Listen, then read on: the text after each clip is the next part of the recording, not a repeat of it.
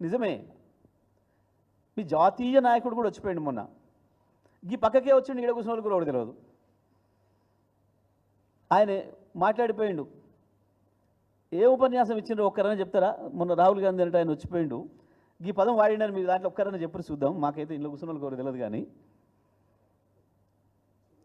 అంటే ఏంది, మీ జాతీయ నాయకుడు ఇక్కడికి వచ్చిపోతే కూడా హైటెక్ సిటీలోకి వస్తే పక్కన ఉన్న మాదాపురంకే తెలుస్తలేదు. ఏం మాట్లాడి వాడు పట్టించుకోవట్లేడు. కేసీఆర్ ఏం మాట్లాడతాడో అని ఎదురు చూసినారు మీరందరూ.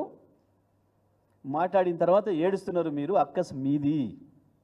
That is KCR. కేసీఆర్ మాట్లాడినా, కేసీఆర్ మౌనంగా ఉన్నా కేసీఆర్.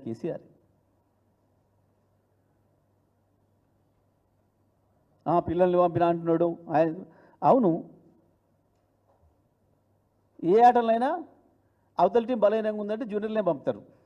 క్రికెట్ ఆడుతారు, చూస్తున్నాం కదా మనం. ఇప్పుడు కూడా ఐపీఎల్ చూస్తారు కదా రోజు.